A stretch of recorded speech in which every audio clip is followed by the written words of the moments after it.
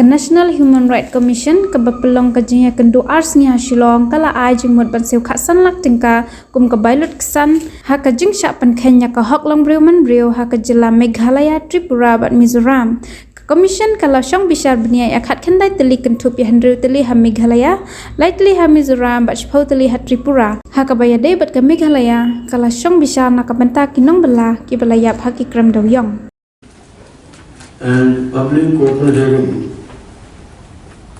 after COVID-19, if we are able to get over COVID-19, these camps will continue in the days to come. The next camp sitting is going to be in Assam, in Guwahati. As all of you know, yesterday was a fully packed day for us. After the inaugural session, we started hearing cases and 19 cases were heard. In some cases, the complainant was present in person. Otherwise, the state assistance remained available and we were able to disburse compensation in some of the cases where, for example, laborers were crushed to death while involved in illegal mining. There were 10 cases, 6 cases from state of Meghalaya, 3 from Mizoram, 10 from Tripura. The system of hearing, open court hearing has been resorted to as a part of one-to-one contact program to have better exposure about the grievances of the people and to share with them that how the National Human Rights Commission works. It creates vibrancy, it creates awareness, and people feel close to the organization like National Human Rights Commission. Thereafter, in the afternoon, we had a detailed meeting with the chief secretaries or their representative from the 3 states. We registered our concern about various areas, custodial debts,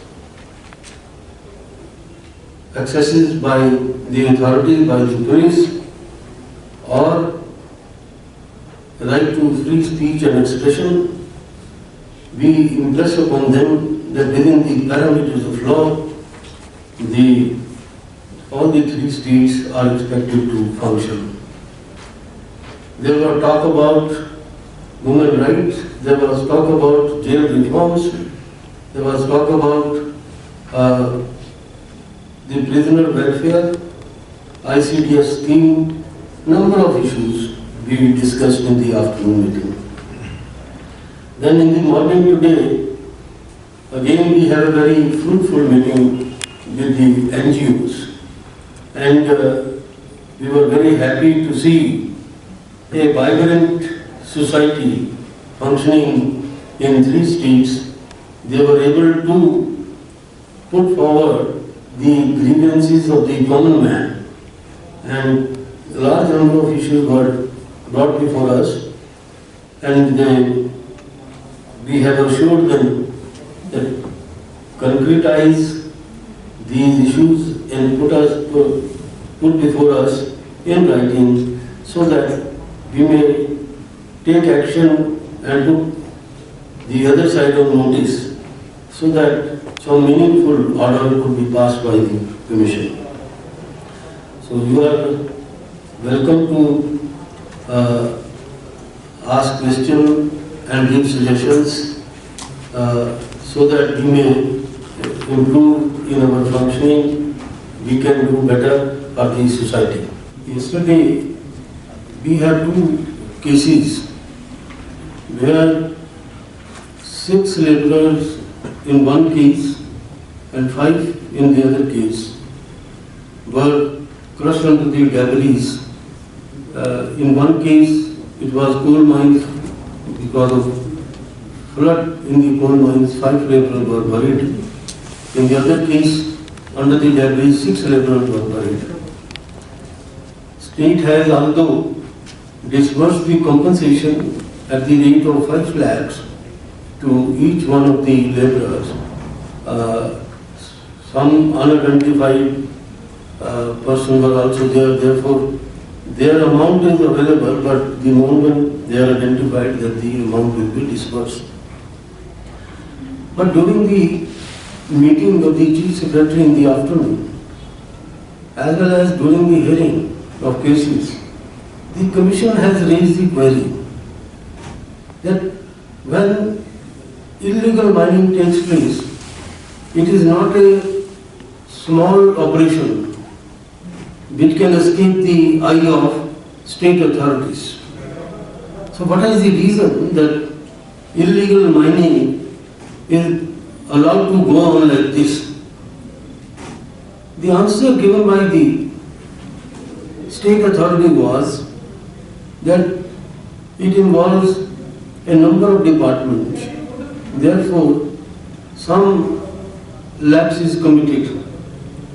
But we raise the issue that if the mining is lawful, it is in accordance with law, the auction will be done, then revenue will come to the state. The illegal miner, otherwise a contractor, he engages illegally the labor. So the whole law is displaced. I think the authorities were convinced that even if it is a multi-departmental task, then some mechanism could be evolved to put a check on illegal mining and to avoid, because once it is a licensed mining, then all protective measures to protect the labor, to do mining only in a safe manner could be ensured. So that point was well taken by the state authorities, and we would like to have any complaint in writing in that area so that we may keep on check, keep the state authorities under check by asking them time and again these questions. An issue has been raised with regard to the right to food. Yesterday also, this issue was discussed during the hearing because an NGO has filed a complaint that Aadhaar seeding with the ration card sometimes is not productive, internet connection is not available, or for whatever reasons, then the PDS, public distribution system, the manual system is in place because the state authorities have taken the stand that no one in the state was without food. Food was given to everybody. But the NGO has controverted this stand. We have asked the state government again to come back with the reply about the status, whether if there is a failure of connectivity, the connectivity issue, whether PDS system continues to work or people with ration card have to go without food. The other issue is that number of people don't have the ration card. Now this is a very important vital issue. What are the reasons for not acquiring a ration card? So kindly flag this issue, give a call through the press, ask them to send a complain to us so that we may look into and we may ensure that they also get ration card and their Aadhaar connectivity is established and they also start getting the food. Otherwise, the government has issued number of plans. We have also issued advisory to ensure that food reaches to all wherever. Then there was complaint by the NGOs that only rice is being given, the sugar and atta has been deleted. So we have requested them again to give us in writing. Public notice in the press on 27th of November. 27th of November, we have requested all to come forward, and our take is that in this convention hall, nobody was stopped from coming. It is incorrect that any restrictions were imposed on any public person to come and meet us. And at the time of public hearing, number of complainants were present or their representatives were present. The state government was represented by their respective council or the secretaries. Advocate General Tripura was present also. It's not that there is some manipulation on the part of anybody.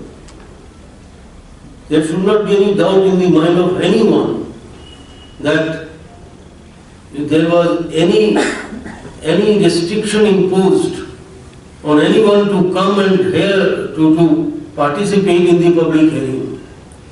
Public hearing was exposed to everybody. Then these NGOs, they have also come and they have flagged so many issues. We are very happy that there is a vibrance, there is awareness, complete awareness amongst those NGOs about the issue which general public is facing. Arrest, illegal arrest, they flagged the issue of illegal arrest. They flagged the issue of food, non-supply of food. They flagged the issue of road connectivity.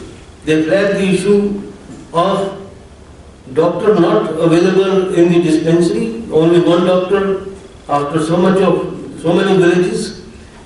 So it is not that these NGOs were tutored people or they were talking about the establishment. No, they were very critical, and we are happy to note their viewpoints. And as far as the APSA is concerned, the National Human Rights Commission is a body which makes a recommendation. It is an act of the legislation. And you know, legally speaking, constitutionally speaking, an act can be challenged before the court of law on two counts. One, it violates basic structure of the Constitution. The first count on which an act of the legislature can be challenged before the court of law is that it violates the basic structure of the Constitution.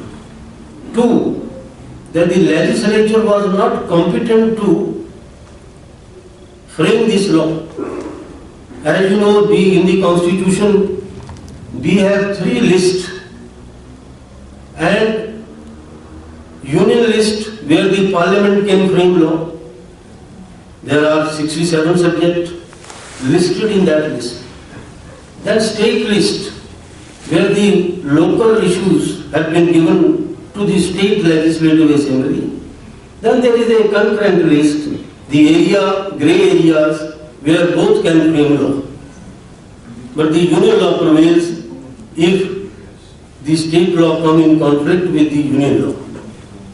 So on these two counts, a legislation can be challenged before a court of law in the High Court or in the Supreme Court.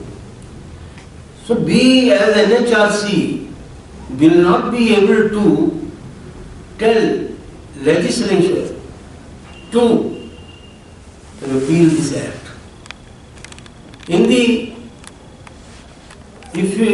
Any one of you know, a writ of certiorari can never be issued to legislature.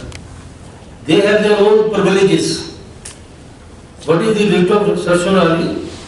Writ of certiorari is a writ which directs the authority concerned to act in accordance with law. We cannot summon the record of the legislature, the High Courts or the Supreme Court, because there are boundaries created. Judiciary has to function within its own boundary. State legislature or union legislature has to act within its own limitation. One cannot interfere. Now they are free to frame law, but judiciary can strike it down on the ground that it violates basic structure, or the legislature was not competent, it is impinging upon the discipline or the area of the subject of the other. Union legislature not competent, it is a state subject.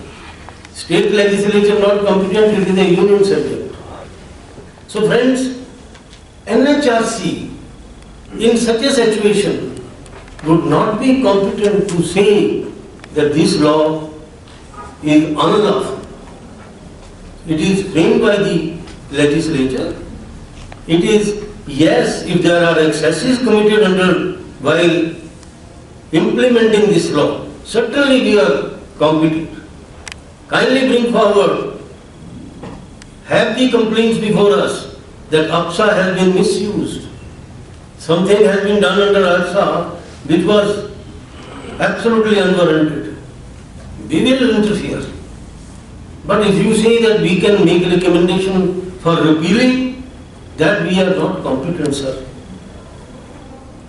In the court of law, there are limited grounds available, as I have explained, and Supreme Court, High Courts have declared so many laws as a retrovirus of the Constitution.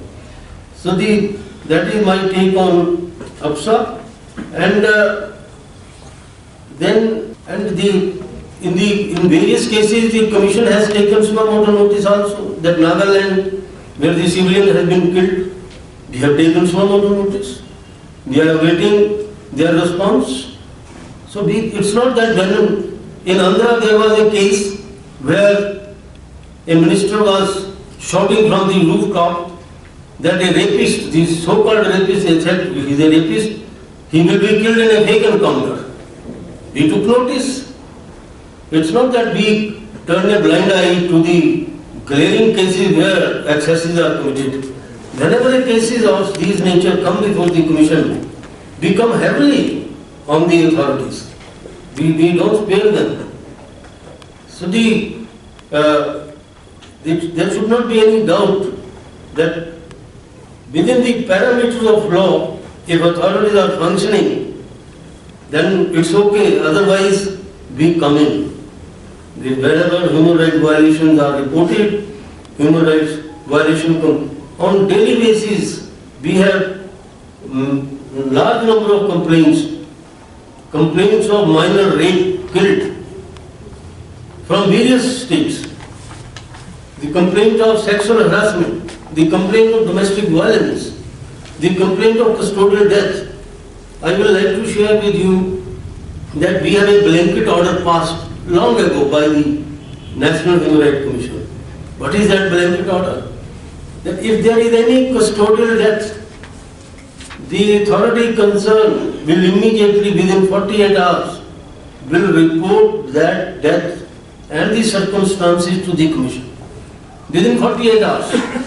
And then we investigate on our own, and if we find that the custodial death is the result of any unlawful action on the part of the police authorities, not only the compensation is awarded to the next of the kin. The officer responsible for those illegal activities is proceeded against department. In a large number of cases, the officers have been charge sheeted, criminally proceeded, even dismissed from service on the basis of conviction. In a number of cases, increments have been stopped. The promotions, they have been reverted back to their original post.